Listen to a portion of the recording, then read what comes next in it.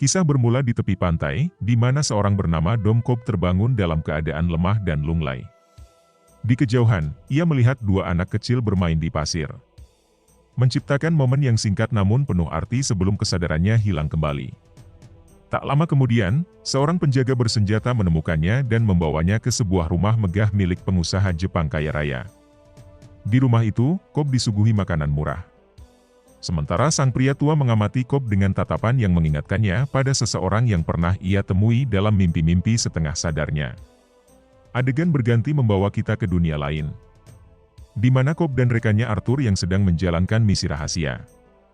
Mereka adalah ekstraktor, yaitu ahli yang memanfaatkan teknologi berbagi mimpi untuk menyusup ke alam bawah sadar target dan mencuri informasi berharga. Mereka bekerja untuk perusahaan besar bukan untuk pemerintah. Menjalankan tugas yang penuh risiko demi membongkar rahasia para pesaing. Saat itu, mereka sedang berbicara dengan Saito, seorang klien potensial. Cobb menjelaskan bahwa teknologi berbagi mimpi membuat pikiran menjadi rapuh dan rentan terhadap pencurian. Ia menawarkan jasa melatih pikiran Saito agar mampu bertahan melawan ancaman ekstraktor yang berbahaya dan melindungi rahasia terdalamnya. Namun Saito menepis tawaran itu dan berjanji untuk mempertimbangkannya nanti. Cobb dan Arthur kemudian melangkah keluar menuju pertemuan lain di mana mereka membahas keberadaan brankas rahasia Saito. Mereka mengetahui bahwa misi mereka adalah mencuri rencana ekspansi Saito dan menyampaikannya kepada pihak saingan bisnisnya. Dalam perjalanan ini, bayangan masa lalu Cobb muncul seorang wanita bernama Mal yang merupakan mantan istrinya. Kehadirannya membawa beban emosional yang mengguncang, membuat Cobb terdorong untuk mendekatinya. Sementara tugas berat terus membayangi setiap langkah mereka. Mal bertanya pada Cobb, "Apakah kau merindukanku?" Namun jawabannya pahit, "Kepercayaan itu tak lagi milikku." Mereka melangkah ke kamar pribadi yang sunyi. Cobb memasang kursi bertali dan menurunkan dirinya dari jendela tinggi. Ia memohon pada Mal untuk tetap di kursi. Namun Mal menipunya dengan bangkit berdiri. Kecelakaan hampir terjadi nyaris membawa bencana. Namun Cobb berhasil mencapai kamar di bawah sana. Di sana ia menukar isi amplop tersembunyi. Namun nasib berubah ketika Saito menangkapnya kini. Arthur yang disandera menambah kerumitan. Tiga pria terikat dalam mimpi yang saling menyambung perlahan. Mereka terhubung oleh perangkat berbagi mimpi. Sebuah dunia bersama tak mudah dipahami. Di luar mimpi, seorang bernama Nas berjaga menjaga tubuh mereka. Kembali ke dalam mimpi, Cobb menembak Arthur agar tidak jadi sandranya Mal. Strategi pun berubah arah. Cobb keluar dengan amplop di tangan namun isinya palsu tak seperti yang diharapkan. Arthur terbangun memerintahkan Nas segera bertindak. Ketegangan meningkat karena waktu terasa semakin mepet. Nas mendorong tubuh Cobb ke bak penuh air. Gelombang banjir memicu kesadaran yang hampir terempas. Mimpi di Mansion Saito hancur berantakan. Ketiganya terbangun di apartemen dengan napas tertahan. Cobb mendesak Saito untuk membuka rahasia namun Saito tetap tenang dan menjaga teka-teki tersisa. Lalu terungkap semua ini hanyalah ujian. Mereka masih di dalam mimpi di sebuah permainan takdir yang menawan. Meskipun dipaksa, Saito tidak mau berbicara. Tim Cobb tertidur di kereta panjang, diawasi Tadashi anak laki-laki penumpang lain yang tenang. Ia memantau waktu di perangkat pasif. Dunia mimpi terus mengalir tak pernah habis. Memasangkan headphone dengan menyetel musik menandakan waktu dalam mimpi sudah hampir habis. Keadaan dalam mimpi pun terhubung dengan dunia luar, di mana musik mulai terdengar, menandakan waktu akan pudar. Tim Cobb pun mulai berbuat kasar. Namun tindakan mereka malah membuat Saito sadar kalau ia dalam permainan Cobb dan kawan-kawan. Tak lama kericuhan pun datang, membuat para pemimpi terbangun dari tidur siang. Mereka turun dari kereta dengan langkah yang tak pasti, dengan memberi imbalan pada anak yang tadi. Tak berselang lama, Saito tersadar dan menyadari dirinya telah diekstrak dalam dunia mimpi yang penuh teka-teki yang abstrak. Malam itu Cobb kembali ke apartemennya yang sepi. Telepon dari anak-anaknya memecah hening malam ini. Mereka berkata tinggal bersama kakek di tempat yang lebih aman. Karena bersama Cobb, bahaya selalu datang perlahan. Mereka bertanya kapan ayahnya akan pulang. Namun Cobb menjawab pekerjaannya kini masih jadi penghalang. Percakapan terputus oleh suara anak kecilnya, meninggalkan Cobb dengan rasa rindu yang tak terhingga dalam angin. Tak lama Arthur datang membawa kabar untuk melarikan diri. Kegagalan mereka pada misi di Cobalt Engineering kini membayangi. Untuk informasi, Cobalt Engineering adalah sebuah perusahaan yang mencari Cobb karena ulahnya yang mencuri ide dari alam bawah sadarnya orang-orang. Bahkan Cobb juga difitnah telah mengalahkan istrinya sendiri dalam mimpinya. Singkat cerita mereka berangkat menuju kehidupan baru. Namun sebelum keberangkatan dimulai, Saito muncul dengan niat yang berbeda kali ini. Dengan Nas sebagai sandera, Cobb pun tidak punya alasan dan terpaksa untuk mengikuti Saito. Saito kagum pada keahlian Cobb menelusuri mimpi dalam mimpi, sebuah tawaran dilontarkan. Misi baru yang tak pernah terbayang sebelumnya. Tugasnya adalah menanamkan ide di alam bawah sadar seorang pebisnis bernama Robert, yaitu anak seorang saingan yang harus dihancurkan demi bisnis yang terpotret. Cobb ditantang untuk menanamkan sebuah ide agar membangun usaha atas kemauannya sendiri dan tidak melanjutkan wasiat sang ayah. Karena Saito tidak mau ada kompetitor lain dalam bisnisnya. Misi ini bertentangan dengan keahlian Cobb yang biasa. Bukan mencuri tetapi menanamkan pikiran adalah sebuah dilema. Namun Saito menjanjikan kebebasan bagi Cobb dan catatan bersih. Agar ia dapat pulang kepada anak-anaknya yang kini merindukan kasih. Dalam putus asa Cobb menerima tawaran Saito tanpa ragu. Lalu bersama Arthur, ia menuju Paris dalam waktu yang baru. Di sana ia bertemu ayah mertuanya seorang profesor yang bijak, pengajar tentang berbagi mimpi yang penuh makna yang tak pernah retak. Berbagi mimpi ia pelajari dari ayah mertuanya bernama Miles. Meski tak aman bagi Cobb berada di sana, ia tetap menitipkan hadiah untuk anak-anak tercintanya. Cobb menceritakan kalau ia sudah tahu jalan pulang, di mana seorang pengusaha kaya bernama Saito akan menghapuskan catatan kriminalnya jika ia mau membantinya dalam sebuah misi bisnis. Lalu ia meminta pada mertuanya untuk dicarikan arsitektur untuk membangun dunia mimpi yang sebagus dirinya. Lalu ia memperkenalkan Cobb pada seorang mahasiswa bernama Ariadne. Seorang arsitek muda dengan bakat yang memukau hati. Singkat cerita, Cobb pun berkenalan dan ia menawarkannya pekerjaan sampingan yang akan dilalui Ariadne. Cobb mengajarkan aturan dalam dunia mimpi yang mereka jalani, di mana Ariadne terlihat cukup berbakat menaklukkan antara mimpi dan realitas abadi. Setelah berbagai percobaan dan latihan yang penuh ketekunan, Ariadne kini bertugas merancang arsitektur mimpi dengan kesungguhan. Cobb tak lagi mampu membangun mimpi seperti dulu karena kenangannya bersama Mal mantan istrinya yang terus menghantui kalbu. Ariadne dilatih untuk berbagi mimpi bersama Cobb dan membuat desain mimpi yang rumit. Namun di tengah perjalanan, ia bertemu istrinya Cobb dan mengacaukan semuanya. Ia terbangun dan dinasehati oleh Arthur jika ia kalah dalam mimpi maka ia akan terbangun meski waktu pada mesin belum habis. Ariadne kemudian sadar dimanfaatkan dan mengatakan tidak akan mengikuti misi yang diberikan Cobb. Cobb pun meminta izin pada Arthur untuk pergi ke Bambosa untuk menemui rekannya yang lain. Perjalanan membawanya ke Mombasa yang riuh untuk merekrut Ims, seorang pencuri handal dan baik dalam menyamar. Di sebuah bar, undangan disampaikan tanpa ragu, Ims setuju namun peringatan ia berikan lebih dulu.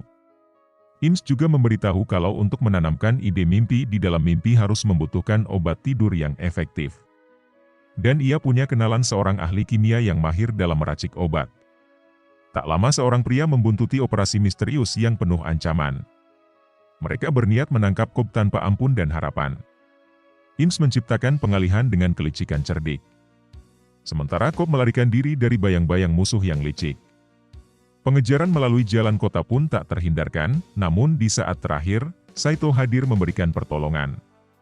Saito mengunjungi Mombasa untuk investasi bisnisnya. Ia menyelamatkan Cobb dan Ims.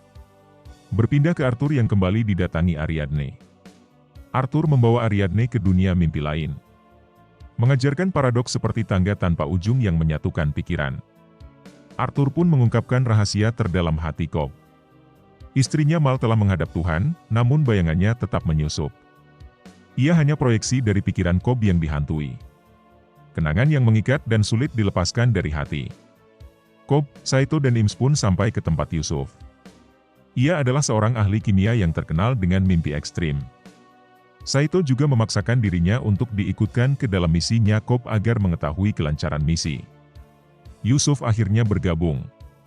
Setelah percakapan penuh arti, keahliannya menjadi kunci dalam misi yang penuh misteri. Tim pun bersiap untuk strategi yang tak biasa. Membangun mimpi 3 tingkat dengan kehati-hatian luar biasa. Tingkat terakhir menjadi tempat ide akan ditanamkan. Sebuah perjalanan batin yang membutuhkan waktu dan ketelitian. Dimulai dari Saito yang mengatakan kalau Robert dan ayahnya memiliki hubungan yang tidak baik. Dari sana Ims merencanakan untuk menyamar jadi Browning, yaitu tangan kanannya Robert Senior, yang sudah dianggap paman oleh Robert Junior. Namun sekarang Robert Fisher Senior sedang terbaring lemah di rumah sakit. Ariadne belajar tentang pentingnya totem, benda kecil pribadi sebagai penanda realitas dalam sistem. Cobb memiliki gasing yang terus berputar dalam mimpi, namun tumbang di dunia nyata penentu batas ilusi yang sejati. Ariadne merancang totemnya sendiri dengan cermat. Bidak catur uskup berongga sebagian begitu erat. Meeting pun berlanjut dan mereka mulai menerapkan strategi yang akan mereka mainkan untuk menanamkan ide di alam bawah sadar Robert Fisher. Diketahui ayahnya dirawat di Sydney, dan kemungkinan akan kembali ke Amerika. Penerbangan dari Sydney ke Amerika akan ditempuh dalam waktu 10 jam. Dalam 10 jam ini mereka harus menanamkan ide tersebut. Di sini Ariadne berhasil merancang 3 level mimpi untuk membawa Robert. Tiap lapisan mimpi memiliki waktu yang berbeda dengan alam nyata. Di mana 10 jam sama dengan 7 hari di mimpi level pertama, 6 bulan di level kedua, dan 10 tahun di mimpi level ketiga. Mereka harus cermat dalam mengatur waktu agar dapat bekerja maksimal dalam menanamkan ide. Serta mereka juga akan mensinkronkan alunan musik dan hentakan untuk membangunkan mereka ketika misi selesai menyelesaikan misi nanti karena obat yang akan Yusuf gunakan kemungkinan berdosis sangat tinggi dan tahan akan guncangan apapun di atas pesawat. Namun suatu hal yang menjadi masalah ketika mereka harus duduk berdekatan dengan Robert Fisher saat penerbangan agar mudah membagi mimpinya. Alhasil Saito akan membeli tiket seluruh kelas bisnis penerbangan ke Los Angeles beserta pramugarinya untuk tim yang akan bekerja. Dengan begitu, tim mereka komplit dan misi pun resmi dijalankan. Malam hari yang tenang selepas tugas mereka selesai, Ariadne memerhatikan Cobb bermimpi sendiri di bengkel yang penuh kenangan. Didorong rasa ingin tahu, ia menyambungkan dirinya ke perangkat itu dan melangkah masuk ke dalam mimpi yang terselubung rahasia pilu. Ia menjelajahi lift yang turun melewati berbagai lapisan. Setiap level menyimpan serpihan memori yang menggambarkan perjalanan. Hingga di dasar mimpi yang terdalam ia tiba. Di sana Mal duduk di sofa dengan aura yang begitu sirna. Namun pandangan Mal berubah menjadi ancaman. Pecahan kaca di tangannya siap menyerang tanpa alasan. Cobb tepat waktu menyelamatkan Ariadne dari mara bahaya. Dan mereka keluar dari mimpi dengan perasaan yang tak biasa. Cobb kemudian menjelaskan alasan ia tak bisa pulang. Kekalahan Mal menjadi beban yang tak kunjung hilang. Ia dituduh mengalahkan istrinya sendiri tanpa keadilan. Namun kenyataan yang dirasakannya jauh lebih kelam. Tak lama Saito dan Arthur datang membawa berita duka. Maurice Robert Senior yang merupakan ayahnya Robert Junior telah berpulang tanpa jeda. Dengan waktu yang semakin mendesak dan penerbangan yang menjelang. Tim bersiap untuk menjalankan rencana yang tergantung peluang. Terlihat dari bandara peti jenazah ayah Robert dimasukkan ke pesawat dan siap untuk diterbangkan. Di sana Saito berjanji ketika ia menuntaskan misinya. Maka saat turun pesawat nanti, ia tak akan ada masalah saat melewati petugas imigrasi. Mereka pun memasuki pesawat. Di mana di kelas bisnis hanya diisi oleh kelompok mereka dan Robert Fisher itu sendiri. Di pesawat kelas bisnis mereka duduk bersama Robert dengan rencana tersusun. Saat pesawat sudah lepas landas, Cobb menyapa Fisher dengan modus berduka cita. Namun saat bersulang, Cobb memasukkan obat penenang melalui minuman tanpa dugaan. Begitu Fisher tertidur, mereka memulai rencana untuk memasuki dunia mimpi dengan bantuan pramugari yang membawa alat untuk berbagi mimpinya. Dalam mimpi tingkat pertama, mereka mulai menargetkan Robert yang sedang menunggu taksi. Misi ini dipimpin oleh Arthur Ims dan juga Saito. Mereka pun berhasil mengumpan Robert dan masuk dalam perangkap. Sementara kelompok Cobb ditabrak oleh kereta api besar yang ada di jalan raya. Mereka pun kebingungan dengan hal tersebut. Tak lama kelompok Arthur juga dikejar oleh beberapa mobil yang menembakkan senjata. Mereka pun sadar kalau keadaan tidak baik-baik saja dan bersembunyi di sebuah gudang. Namun pada aksi tembak-tembakan tadi, Saito tampak terluka. Mereka pun mencoba merawat Saito yang tengah sekarat. Sementara kelompok berdebat. Tanpa sepengetahuan Arthur, Ternyata alam bawah sadarnya Robert sudah diberi pelatihan khusus untuk melindungi dirinya dari gangguan mimpi orang. Kelompok itu pun berdebat karena merekalah sebenarnya yang terjebak di dalam mimpinya Robert. Kalah pun mereka tidak akan terbangun, namun malah jatuh ke limbo akibat obat kimia yang terlalu kuat. Namun Ko meyakinkan kalau mereka bisa keluar dari mimpi ketika sudah berhasil melaksanakan misi dan keluar dengan hentakan serta musik yang nantinya akan dipasang setelah waktunya habis. Mereka pun memulai rencana dengan menahan Robert dan meminta kombinasi berangkas ayahnya. Robert tidak tahu akan hal itu. Namun mereka memiliki seseorang yang akan menginterogasinya, yaitu Browning yang merupakan IMS yang menyamar. IMS ditugaskan agar mendapatkan informasi dalam 1 jam. IMS yang telah mendapatkan dompetnya Robert juga mendapatkan foto berharaknya dengan sang ayah. Setelah itu IMS pun ikut disandra dan dimintai untuk interogasi Robert. Dan di sini ternyata IMS mengetahui kalau Robert dan ayahnya memiliki hubungan yang lebih buruk dari yang mereka pikirkan. Sementara Ko bercerita pada Ariadne kalau mereka dulu pernah terjebak di limbo. Berpuluh tahun mereka habiskan sampai mereka tua bangka. Diceritakan saat anniversary pernikahan, mereka merayakannya di sebuah hotel. Namun Mal sudah tak bisa membedakan realita dan mimpi. Dan akhirnya ia terjun dari lantai hotel dan menghadap sang pencipta. Cobb yang kehilangan orang yang ia cintai itu pun membangun proyeksi Mal dalam alam bawah sadarnya. Sementara orang-orang menyangka ialah yang menghabisi istrinya. Karena alasan inilah dia tidak bisa pulang ke rumah. Namanya tercatat di buku catatan kriminal. Namun Ariadne menyadari kalau proyeksi itu akan sangat mengganggu dalam misi. Tak lama proyeksi keamanan dari alam bawah sadar Fisher pun datang menyerang mereka. Cobb dan Arthur kembali mendatangi Robert dan meminta nomor berangkas. Secara terpaksa Fisher memberitahukan isi berangkas tersebut. Lalu mereka pun pergi melanjutkan misi, di mana mereka bergerak dalam sebuah van untuk melanjutkan mimpi. Sementara Yusuf yang akan membawa mereka berputar-putar agar Cobb dan timnya menyelesaikan mimpi di level 2. IMS mengatakan kalau ia akan melakukan pengalihan. Dan Cobb akan menyamar menjadi alam bawah sadar Robert untuk mempengaruhinya dalam melawan alam bawah sadarnya sendiri. Singkat cerita, scene dilanjutkan di mimpi level 2. Di mana seorang perempuan sedang menggoda Robert di sebuah bar hotel. Sementara Ariadne dan Arthur merupakan petugas hotel. Cobb datang menghampiri Robert dan sang gadis dengan nama Mr. Carlos. Gadis itu meninggalkannya dan meninggalkan nomor HP-nya yang itu adalah nomor berangkas di mimpi sebelumnya. Cobb mengatakan kalau ia adalah orang yang akan melindunginya dari orang-orang jahat yang mengintai. Dia mana orang jahat yang dimaksud adalah pertahanan alam bawah sadarnya Robert sendiri. Dan ternyata perempuan tadi adalah IMS yang menyamar dan berhasil mendapatkan dompetnya Robert.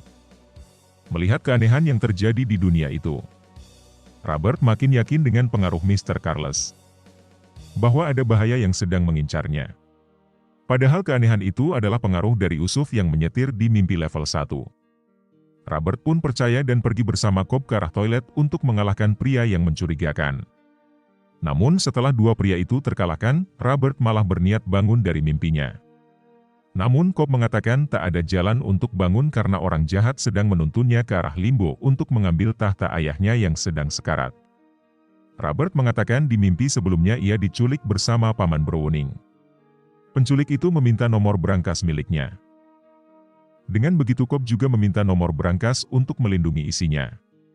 Namun hanya 3 nomor saja yang ia ingat dan itu cukup untuk merefleksikan mimpinya yang sekarang. Karena diawali angka 5, kemungkinan ada rahasia di lantai 5 dan kamar 528. Sementara Arthur di sana sudah siap dengan memasang peledak untuk menciptakan hentakan ke mimpi level 1 nanti. Singkat cerita, Cobb dan Robert sampai di kamar yang dimaksud. Di sana ada Ariadne dan Arthur yang berpura-pura jadi bawahan Mr. Charlie. Setelah menggeledah kamar, Arthur menemukan mesin berbagi mimpi yang artinya seseorang itu ingin membawa Robert ke mimpi yang jauh lebih dalam lagi. Sementara Saito dan IMS bertemu dengan Browning yang sebenarnya adalah umpan yang dibangun untuk Robert. Beralih ke kamar, seseorang masuk ke kamar itu dan ternyata adalah Browning yang tadi. Di sana Cobb mengatakan kalau Browninglah yang ingin mengambil tahta ayahnya. Robert tak yakin karena mereka diculik bersama. Namun Cobb tak yakin kalau Browning juga diculik, Ia yakin kalau Browning bekerja sama dengan penculik untuk membuka isi berangkas yang merupakan surat warisan ayahnya dan meminta Robert untuk usaha sendiri dan tidak meneruskan usaha ayahnya. Untuk mencegah perbuatan Browning, mereka memasuki mimpi level 3 yaitu alam bawah sadarnya Browning dengan Arthur yang berjaga di mimpi level 2. Sementara di mimpi level 1, Yusuf tampak kewalahan menghadapi tentaranya Robert yang hal itu berpengaruh pada Arthur di mimpi di level 2. Tak lama Arthur juga didatangi tentara alam bawah sadarnya Robert. Berpindah ke mimpi level 3 yang berlatarkan gunung es. Di mana di sana ada rumah sakit yang dijaga ketat oleh tentaranya Browning yang sebenarnya adalah tentara bawah sadarnya si Robert juga. Cobb mengatakan kalau ayahnya ada di lantai paling atas dan diminta bergegas untuk menyelamatkan isi dari berangkas yang ada di pikirannya Browning. Saito akan mengawalnya menuju rumah sakit tersebut. Ims akan mengalihkan para tentara serta menanamkan peledak untuk mereka kembali nanti. Sementara Cobb dan Ariadne akan mengawasi Robert dari jarak jauh. Sementara di level 1, Yusuf terlihat sangat terdesak dan hendak mengakhiri mimpinya. Yusuf mulai memberikan tanda dengan menyalakan musik ke telinga Arthur. Arthur kaget dan melaksanakan tugasnya dengan lebih cepat. Di level 3, Cobb juga menyadari hal itu. Mereka bergerak cepat dengan Ims yang memancing pertempuran sehingga para tentara di bangunan itu mengejarnya. Kesempatan itu digunakan Saito dan Robert untuk memasuki gedung lebih dalam. Yusuf yang di level 1 pun sudah memulai hentakan dengan menerjunkan mobil van dari atas jembatan ke dalam sungai. Sementara di mimpi level 2, Arthur terperangkap dalam dunia tanpa gravitasi dikarenakan mobil vannya Yusuf yang sedang dalam keadaan terjun. Mau tidak mau ia harus bertempur tanpa gravitasi. Setelah memenangkan pertempuran, ia sadar kalau kamar hotel tidak akan memberikan hentakan untuk kembali ke dunia nyata nanti. Jadi ia memindahkan alat peledak ke dalam lift dan membawa teman-temannya. Setiap detik berharga, waktu yang dibutuhkan Van untuk jatuh berkali lipat di mimpi level 2 dan berpuluh kali lipat di mimpi level 3. Jadi yang mereka lakukan sekarang hanyalah menuntaskan misi secepat mungkin. Singkat cerita, di mimpi level 3, Saito dan Robert berhasil masuk rumah sakit.